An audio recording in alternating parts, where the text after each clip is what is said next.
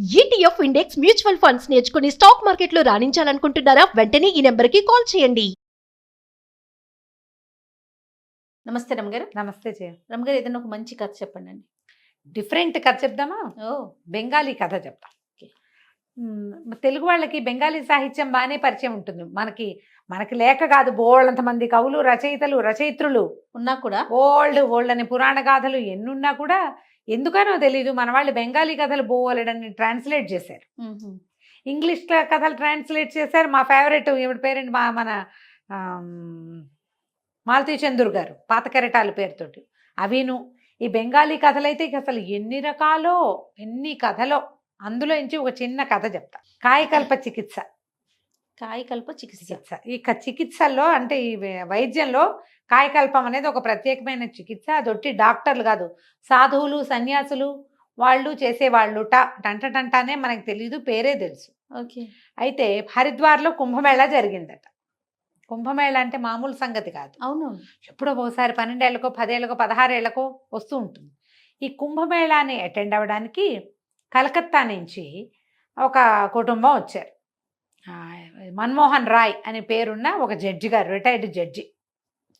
ఆయన భార్య, ఆయనకు ఒకడే కొడుకు మణిలాల్.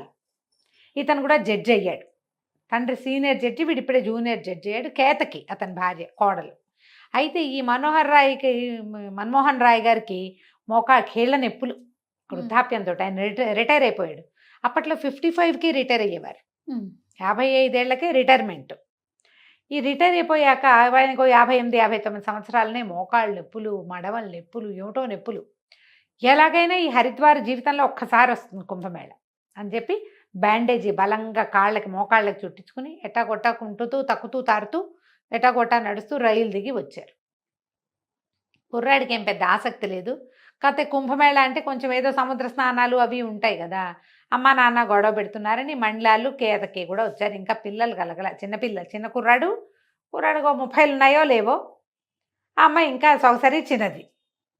సరే వెళ్తే ఏమైంది, వీళ్ళు సముద్ర స్నానము అన్నీ చేశారు. ఎటాగొట్ట అట్టగే ఏడుస్తూ గుమస్తా కూడా. అప్పట్లో ఏంటంటే ఇలా పెద్ద వాళ్ళు వచ్చేటప్పుడు వెనకాల పని చేయడానికి దానికి బెంగాలీ కథల్లో ఒక దాసి, ఒక గుమస్తా, వాళ్ళిద్దరూ ఖచ్చితంగా ప్రతి యాత్ర కథల్లోనూ కనపడతారు. గుమస్తా కూడా వచ్చాడు, సర్కార్ అని గుమస్తా. అటు ఇటు తిరిగారు. ఒక సాధు సంతులు ఒక జనం కనపడ్డారు. కనపడితే ఈవిడంది, ఏమండి దండం పెట్టుకుంటే కొడుకు అన్నాడు, ఏంటమ్మా వీళ్ళందరికీ దండాలు దయ్యాలు ఏమక్కర్లేదు, దొంగ మొహాలు ఉంటారు వీళ్ళలో అంటున్నాడు. చిచ్చి అట్లా అనకూడదురా, దండం పెడదాము. ఏమండి మీ కేళ్ళ నొప్పులు తగ్గుతాయేమో, ఏదైనా సాధు సంతులను అడుగుదామండి అన్నది. ఇంకేముంది, చావుకే తగ్గేది నా నొప్పులు, ఇక అయిపోయింది, మన సర్వీస్ అయిపోయింది అన్నాడు ఆయన భర్త జడ్జి గారు. సరే ఇద్దరు కలిసి వెళ్ళి దండం పెట్టారు. కోడలు కూడా నెత్తి మీద ముసుకేసుకుని, వాళ్ళంతా ముసుగుల వాళ్ళు కదా, దండం పెట్టడానికి వచ్చింది. వచ్చేసరికల్లా నాయన ఏం కావాలమ్మా అని అడిగాడు సాధువు గారు. ముసలాయన అడిగితే, ఏం కావాలి ప్రభు, మాకు అన్నీ కావాలి, మనుషులం మామూలు వాళ్ళం, ప్రతిదీ కావాల్సిందే.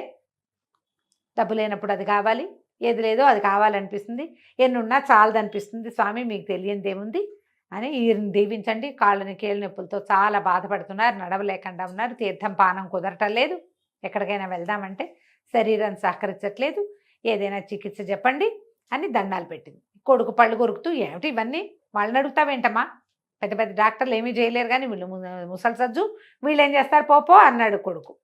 ఆవిడ ఉరిచి నోరు మూసుకో, బోడి, వాడి ముద్దు పేరు ఆ మణిలాల్ పేరు బోడి అంటుందన్నమాట ఆవిడ.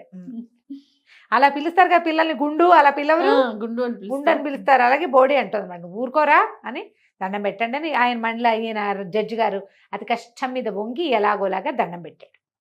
దండం పెడితే ఆయన అన్నాడు, లేకేమమ్మాయి వైద్యం, కాయకల్ప చికిత్స ఉంది, చికిత్స చేసుకోవచ్చు అనగానే ఇవిడికి ఆశ పుట్టింది. ఏమండి ఆ చికిత్స ఏదో చేయించుకోండి, మీ కాళ్ళ నొప్పులు తగ్గుతాయి, హాయిగా ఏదైనా ఎక్కడికైనా వెళ్ళాలంటే నాకు కొంచెం ఆవిడ కొంచెం చిన్నది, ఆయనకంటే 58, 59 ఉన్నాయి, ఆవిడకి ఇప్పుడే 50 వచ్చి ఉంటాయి. కొంచెం స్థూలకాయ రాలు తప్పిస్తే అంత కీళ్ళ నొప్పులు లేవు ఆవిడకి. భార్యకి భర్తకి 8, 9 సంవత్సరాల గ్యాప్ ఉంటుంది కదా. అనేసరికల్లా ఆయన అన్నాడు, వృద్ధ సాధువు 4 రోజులు పడుతుంది కాయకల్పానికి, నమ్మితే ఉండండి అన్నాడు. అనేసరికి ఈవిడికి ఆశ పుట్టేసింది. ఉందాం ఇక్కడే ఉందామని బతిమలాడ్డం మొదలుపెట్టింది. అమ్మా ఇదంతా హంబక్కు, ఇవి నమ్మకు, ఈ ఊళ్ళో ఏమని ఉంటామమ్మా, నాకు ఉద్యోగం లేదా, ఆయన అంటే రిటైర్ అయ్యి ఉన్నాడు, నీకు పని పాట లేదు అని కొడుకు విసుక్కున్నాడు. పిసుకునేసరికల్లా ఈయన మెల్లిగా సాధువు గారి దగ్గర కూర్చుని చిన్న సాధువుల దగ్గర విషయం కనుక్కున్నాడు. 1 నెల రోజులు ఏకాంతం, చీకట్లో ఉండాలి. 1 నెల రోజులు బయట ఏదైనా వార్తలు ఇవ్వటమే తప్పిస్తే చూడకూడదు. 1 నెల రోజుల పాటు లోపల ఉండాలి. ఉండేసరికల్లా ఈవిడేమంది, నువ్వు వెళ్ళిపోరా, మేము ఉంటానులే, నువ్వు ఇంటికి వెళ్ళిపో, మేము ఇక్కడే ఉంటాం, నేను చూస్తూ ఉంటానంటే ఈయన అన్నాడు, నీ గోలు ఎవడు పడతాడు, ఆయన ఏకాంతం అంటుంటే ఎంతసేపు చూస్తానంటావు, నువ్వు ఎవరు చూడకూడదుట, నువ్వేమో కూడా వెళ్ళిపోవు, నువ్వు కూడా పిల్లడితో పాటు వెళ్ళిపో. ఇప్పుడు తనుందనుకో అత్తగారు, కోడలు చిన్న పిల్లని తనకు సాయం ఉంచుకుంటుంది, తను వెళ్ళిపోతుంటే పిల్లని ఇక్కడ ఎందుకు ఉంచుతారు? సరే మీరందరూ ఊరి బోడి మీ నాన్న మీ అమ్మని మీ ఆవిడ్ని తీసుకుపోరా, సర్కార్ని ఒకడిని నాకు తోడుంచు.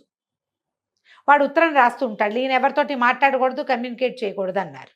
ఉత్తరం రాస్తాడులే అని ఉండడానికి సిద్ధపడ్డారు. అయింది. అక్కడి నుంచి ఏమైంది, సరే తల్లి కొడుకు కోడలు ముగ్గురు వెళ్ళిపోయారు.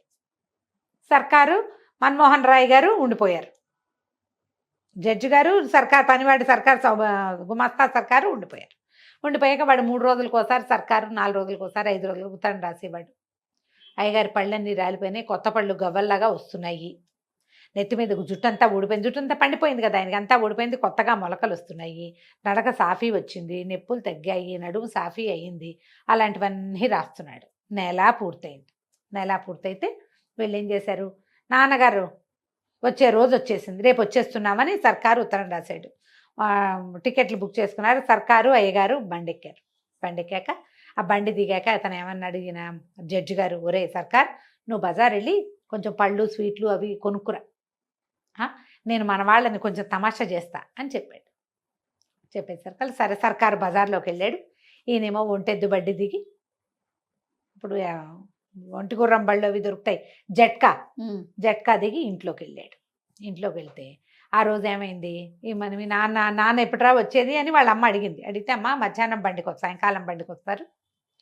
వీళ్ళు ఏం చేశారు, మధ్యాహ్నపు బండికి వచ్చేసారు. ముందుగా సాయంకాలం బండికి వస్తారంటే ఈ కేతకి ఏం చెప్పిందంటే, ఏమండి నేను మనం బజార్లో చూసిన చీర పట్టుకురండి, నేను ఆ చీర కట్టుకునే స్టేషన్కి వస్తా, చీర కట్టుకోకపోతే స్టేషన్కి రాను మామగారిని రిసీవ్ చేసుకోవడానికి అనేసరికి ఈయనన్నాడు, ఏమే నేను కూడా కాయకాలు పనిచేసుకుని వృద్ధుని అయిపోతాను, నీ రోగం బాగా కుదురుతుంది. మొగుడు పెళ్ళాలు బోళ్ళంతా సరసం ఆడుకున్నారు. తల్లేమో సరే అమ్మాయి ఆమె మేడ మీద ఉన్నారు వాళ్ళిద్దరు, కోడలు ఒక గదిలో, కోడలు కింద గదిలో ఏదో పని చేస్తుంది, అత్తగారేమో పై గదిలో. ఈ పిల్ల ఏం చేసింది, ఏదో పని చేసుకుంటుంది, భర్త ఏమో ఆఫీస్కి వెళ్ళిపోయాడు. మధ్యాహ్నం మామగారు వచ్చాడు. ఈయన లోపలికి వెళ్ళేసరికల్లా ఆ పిల్ల ఏదో పని చేసుకుంటుంది, నెత్తి మీద ముసుగు లేదు. చప్పుడయ్యేసరికల్లా వెనక్కి తిరిగి ఆ వచ్చారు చీర తెచ్చారా అని అడిగింది. ఈయన నిర్కాంతిపడి, ఇదేమిటి కోడలు ఏనాడు ఆ పిల్లని ముసుగు లేకుండా చూసింది లేదు, చూడకూడదు అట్లా, వాళ్ళ పద్ధతి కాదు. అదేమో సగం పవిటంతా వెనకాల వీపు జీరాడిపోయి వీపంతా కనపడుతోంది. మొహం ఏనాడు ఆయన కోడల మొహం పెళ్లినాడు చూశాడు, మళ్ళీ చూడలేదు. ఆ పిల్లడి తిరిగి చీర తెచ్చారా తాలేదా, చీర తేకుండా నేను రావద్దని చెప్పానా లేదా, మరి ఇంట్లోకి ఎందుకు వచ్చారు, ముందు వెళ్ళి చీర పట్టుకురండి అంది. అనేసరికి ఈయన గిరుక్కుని తిరిగాడు. ఆ అమ్మాయి ఏమనుకుంది, భర్తే చీర పట్టుకు రావడానికి వెళ్ళాడు అనుకుంది. ఈయన గబగబా మెట్లెక్కి పైకి వచ్చాడు. మెట్లెక్కి పైకి వస్తే ఆవిడేమో ఏదో కుట్టుకుంటుంది కూర్చుంది. ఆ భార్య కాస్త కను వెలుగులో ఉంది. అమ్మి నేను వచ్చేసాను అన్నాడు. అమ్మీ అన్నాడు. ఇవిడికి అమ్మలాగా వినపడింది. ఏమిట్రా బోడి, ఎప్పుడురా మీ నాన్న వచ్చేది అని అనగానే నిర్కాంతపడికి ఏమిటి బోడి బోడి అంటుంది, ఏమిటో తెలియలేదు. నేనేనే అన్నాడు. నేనేనే అనగానే ఏమిటది, ఏం మాట్లాడుతున్నావు, ఏమిటా మాటలు, సరిగ్గా మాట్లాడు వెధవా అంటుంది ఆవిడేమో. ఇంకేం చేయాలో తెలీదా. అర్రే సర్కారుని తేకుండానే వచ్చానే, వీళ్ళు నన్ను గుర్తుపడుతున్నట్లేదు అనిపించింది. అర్థం కాలేదు, సర్కారు కావాలి ఇప్పుడు. ఆయన మెట్లు దిగి రావటం మొదలుపెట్టాడు. దిగి వస్తుంటే కింద నుంచి మణిలాల్ వచ్చాడు పైకి.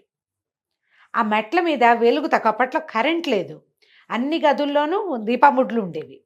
మెట్ల దగ్గరికి వెళ్ళాలంటే గదిలో నుంచి పైనుంచి కిందకి దిగేవాళ్ళు బుడ్డి పుచ్చుకుని దిగుతారు, కింద నుంచి పైకి ఎక్కేవాళ్ళు దీపం పుచ్చుకుని ఎక్కుతారు. కను వెలుగులో కనపడేసరికల్లా ఈయన ఎవడరా నువ్వు, పైనుంచి వస్తున్నావు, ఎవరు నువ్వు అని అడిగాడు ఈ మణిలాల్. అడగంగానే నన్న తత్త అన్నాడు. తండ్రికి అర్థం కాల ఏం చెప్పాలో. నేనేరా అంటానికి చేత కాలేదు.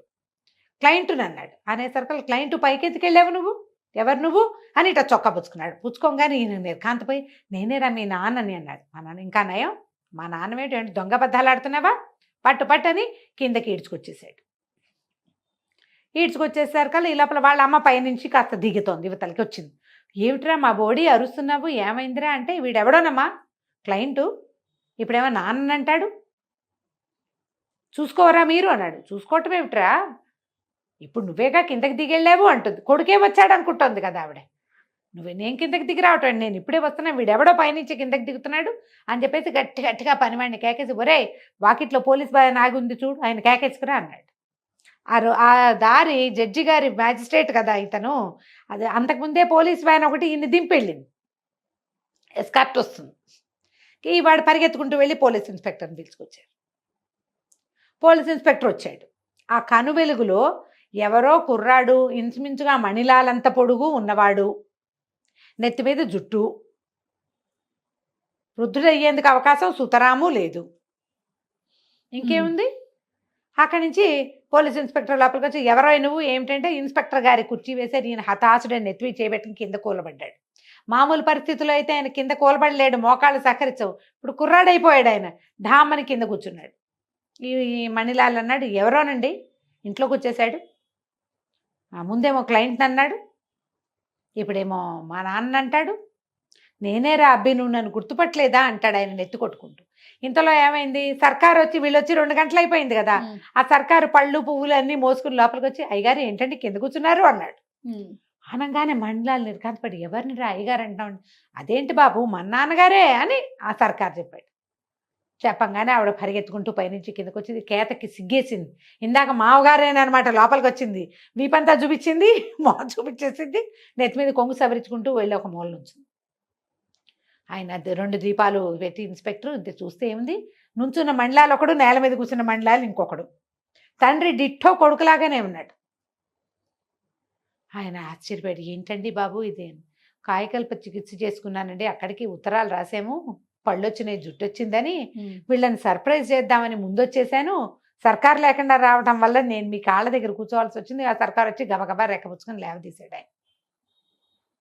మణిలాల్ కూడా నిర్కాంతపడి, కాయకల్ప చికిత్స ఇంత చేస్తుందా, మా నాన్న నన్ను చేసేసిందిగా. కోడలు సిగ్గుపడి చచ్చి లోపలికి పోయింది. ఇంకేం చేయాలో తెలియక ఇన్స్పెక్టర్, క్షమించండి పొరపాటు అయింది, ఎందుకు పోలీసులు పిలిచారు బాబు అని అడుగుతున్నాడు సర్కారు. ఇప్పుడు అక్కడ ఎవరో దొంగ అనుకున్నాడు. ఇంతలో ఏమైంది, మ్యాజిస్ట్రేట్ని కలవడానికి ఒక వార్త, టీవీలో వార్తలు పేపర్లో వేస్తారు కదా, వాళ్ళొకళ్ళు వచ్చి వీళ్ళిద్దరినీ ఫోటో తీశారు. ఫోటో తీసి మర్నాడు పేపర్లో వేశారట. 25 ఏళ్ల భర్త, 50 ఏళ్ల భార్య, ఇప్పుడు ఏం చేస్తారు వీళ్ళు అని. ఆవిడ లబోది బోమని ఏడుపు, మళ్ళీ చికిత్స చేసుకురా, లేదా ఇంకా 4 రోజులు నేను చచ్చాక ఇంకో పెళ్లి చేసుకుందు కానీ, ఇప్పుడు కొడుకు అంత ఉన్నవాడితోటి నువ్వు నేను కలిసి ఉంటాం ఏమిటంటుంది ఆవిడ. అబ్బాయి 25 ఏళ్ల వాడైపోయాడు ఆయన. అదే పళ్ళు ఊడిపోయినాయి, కొత్త పళ్ళు వచ్చినాయి, జుట్టు అంతా ఊడిపోయింది, తెల్ల జుట్టు అంతా, మళ్ళీ ఫ్రెష్ జుట్టు వచ్చింది. వాడు చూస్తే అన్నయ్య భార్య తమ్ముడు పక్కన, కొడుకు పక్కన నుంచుంటే ట్విన్స్ అల్లే ఉన్నారు వాళ్ళిద్దరు. కోడలు అంటుంది, ఓహో 50-60 ఏళ్ళు వస్తే మీ నాన్నలాగా అవుతారా మీరు, కర్మ అంటుంది. ఎవరైనా మనకి 25లో 30లో తెలియదు కదా, 50 వచ్చాక ఎలా అవుతామో మనకి ఎట్లా తెలుస్తుంది. అప్పుడు వార్తల్లో కూడా పడ్డారట వాళ్ళు. కాయకల్ప చికిత్స చేసుకుంటే భార్యాభర్త ఇద్దరు చేయించుకుంటే ఇద్దరు యంగ్ అయ్యను. ఆవిడ ఇక్కడే ఉంది, ఆయనకి మోకాళ్ళ నొప్పులు పోవడం కోసం చేస్తే ఇదిగో ఇది అయ్యిందనమాట. కథ కంచికి మనం ఇంటికి. బాగుంది రమ్మగారు. నమస్తే. నమస్తే.